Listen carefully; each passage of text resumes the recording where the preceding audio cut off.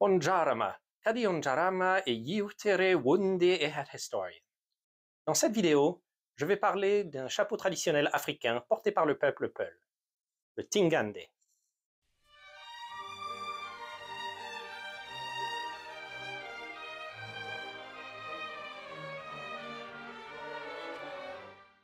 Le Tingande, parfois aussi appelé Tengad ou simplement chapeau Peul, est une coiffe très distinctive faite en paille, parfois en feuilles de bananier, en forme de cône, avec des accents et des renforcements en cuir sur le sommet et le rebord, ainsi qu'une jugulaire, le tout souvent richement décoré. Associé au Peul, un groupe africain originaire d'Afrique de l'Ouest, autour de ce qui est maintenant le Sénégal, le Mali ou la Guinée, mais maintenant beaucoup plus répandu, il est devenu un fort élément culturel. Les Peuls sont une importante ethnie d'Afrique de l'Ouest, comptant entre 25 et 40 millions de membres répandus sur une quinzaine de pays. Minoritaires dans la plupart de ces nations, ils ont historiquement été un peuple nomade. Selon leur légende, ce peuple serait né de l'union entre Tadjimaou, une princesse noire, et Okba, un arabe, qui aurait eu 4 enfants, ancêtres des 4 grands clans Peuls. Sans preuve, cette légende est, selon des experts, probablement liée à un désir, après leur islamisation, de lier les chefs des clans au monde arabe. Leur véritable origine est difficile à établir car, en tant que nomades, ils ont cohabité avec de nombreuses cultures dans de nombreux endroits différents, adoptant à chaque passage des éléments qu'ils intégrèrent à leur propre culture, ou sinon s'assimilant à d'autres. Ils auraient été l'un des premiers peuples subsahariens à se convertir à l'islam, sous l'influence des populations du Maghreb. Ce brassage culturel et ce nomadisme a mené à une riche culture et des traditions d'habillement très élaborées et relativement disparates. Pour ce qui est du Tengande, une théorie est qu'il remonterait dans sa forme actuelle au XIXe siècle, avec l'Empire tout couleur, établi dans la région qui est maintenant le sud du Mali et le Burkina Faso. De larges chapeaux en paille avaient été portés depuis des siècles par les bergers nomades, pour la simple raison qu'ils devaient se protéger du rude soleil africain, et une forme de cône était la plus simple à fabriquer. Ce qui lui permit de s'établir plus largement comme élément culturel est son adoption par Oumar Tall, le fondateur et monarque de l'Empire tout couleur. Né dans l'actuel Sénégal à la fin du XVIIIe siècle, Tall était membre d'une famille de chefs religieux et devint ardent musulman. Dans sa jeunesse, il entreprit de nombreux voyages, y compris un hajj, un pèlerinage à la Mecque, et à son retour devint prêcheur, avant de commencer à entreprendre un djihad, une guerre sainte, afin d'établir un régime théocratique. Vu comme un saint guide par de nombreux de ses partisans, ceux-ci lui fabriquaient des chapeaux coniques très élaborés, qu'il portait lors de ses combats. Lorsqu'il s'établit comme souverain de l'Empire tout couleur, il continua à porter cette coiffe, symbole de son peuple. Les dignitaires Peuls qui l'entouraient imitèrent naturellement leur souverain, créant une tendance qui de là découla, comme beaucoup de ces modes, vers le bas des classes sociales, étant adoptée finalement par le peuple. Ces coiffes étaient richement décorées, et souvent renversées avec de la peau de chèvre colorée, les rendant à la fois plus solides et plus ornementées.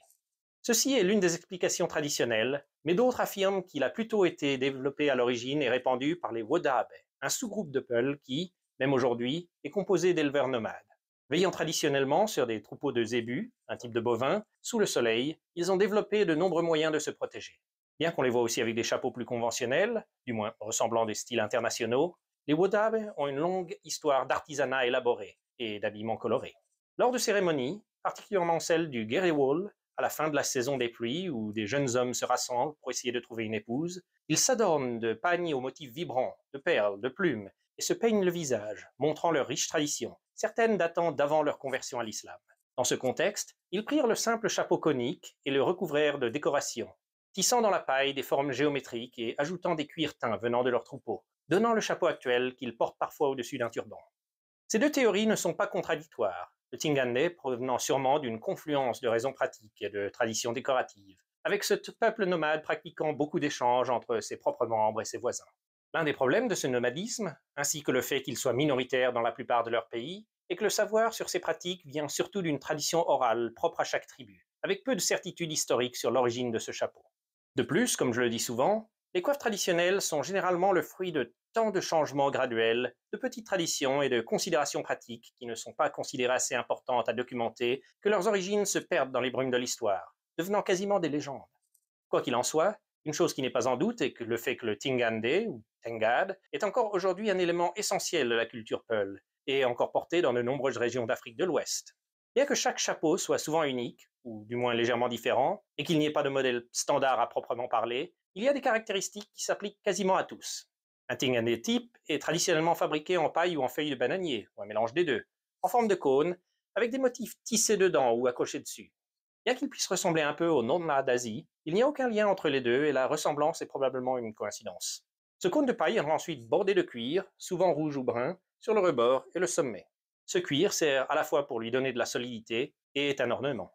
Le sommet a également souvent une boule et des franges de cuir qui sont décoratives. Le niveau de décoration peut être, dans les cérémonies, indicatif du rang du porteur dans la société, avec un chapeau plus élaboré indiquant naturellement un rang plus élevé. Les Peuls le voient comme une bonne expression de leur identité. Bien sûr, il est porté lors des grandes cérémonies, où les gens portent des tenues et des maquillages traditionnels, mais pas seulement. Ce chapeau, qui à l'origine était voué à un usage pratique, est encore parfois porté dans la vie de tous les jours, car il est efficace pour se protéger du soleil, tout en étant stylé. Il a aussi été adopté par certains artistes africains, comme le chanteur sénégalais Baba Maal, ou un membre du groupe ghanéen VVIP. Il est considéré par certains comme élément de mode dans les villes comme Dakar, et peut même être utilisé par des supporters de pays comme le Sénégal. Comme beaucoup de coiffes traditionnelles, le tingande ou tengade, ou quel que soit le nom utilisé, évolua à partir d'une simple coiffe pratique pour devenir un élément culturel important et aimé pour tout un peuple. Un des symboles des Peuls, ce chapeau unique et riche en histoire, dont les décorations sont empreintes de tradition, continue à être porté par ses membres dans toutes les contrées d'Afrique de l'Ouest où ils résident. J'espère encore une fois que vous avez trouvé cette vidéo intéressante et que vous me rejoindrez bientôt pour un autre chapeau. Jusque-là, chapeau à vous tous.